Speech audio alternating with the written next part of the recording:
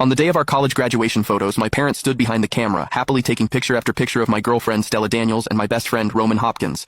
In every shot, the two of them stood shoulder to shoulder while my parents smiled proudly, but I was their son. I was the one who had spent 4 years as Stella's boyfriend. Dressed in my graduation gown, I stood alone in the corner waiting. My mother never called me over once. After the photos, Roman admitted he still hadn't found a job. Stella immediately walked over to him. "Roman, why don't you come work at the company I'm joining? We'll be close and I can look after you." My father nodded. "Send me your resume. I'll see what I can do. Your first job is too important to settle for less." Then my sister Peyton handed Roman a bottle of iced water herself. "My company is hiring too. I'll put in a referral. You don't have to face the interviews alone." It wasn't until they noticed my hand still hanging awkwardly in the air that everyone seemed to remember I was there. My mother frowned. "Hayden, we don't need to worry about you. You picked such an ordinary major. You'll be lucky if anyone hires you, so don't act like you're in a position to be picky." Stella was scrolling through the graduation photos. Then she stopped. "Hayden's blocking Roman in this one. Delete it." Out of 380 photos taken that day, it was the only one I appeared in. Roman looked so handsome in these. Let's not ruin the album with this one. My fists slowly clenched. So it wasn't that they hadn't noticed me. They had. They just didn't think I belonged in the picture. If that was how it was, I'd take the hint. I'd accept the job that meant never coming back. After deleting the photo, Stella handed her phone to Roman so he could choose more favorites. A notification appeared.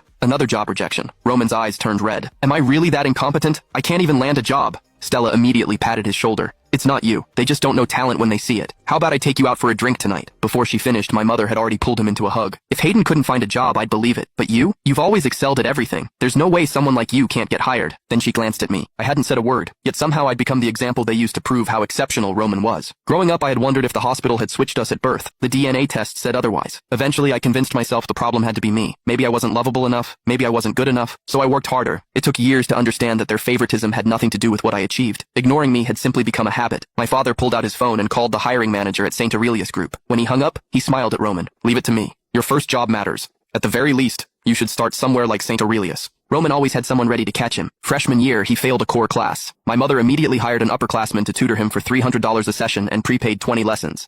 That same semester, I scored a 95 on a major exam and excitedly sent my grade home. Mom replied, "You studied that hard and still lost 5 points?" I never sent another report card. Junior year, I collapsed outside the science building with acute gastritis. I called Stella and asked her to take me to the hospital. She sighed. "Roman has a presentation tomorrow. He's nervous, and he wants me to help him practice." "Hayden, you've always been independent. You can call an Uber yourself, can't you?" When my driver arrived, one look at my face made him get out and help me all the way into the emergency room.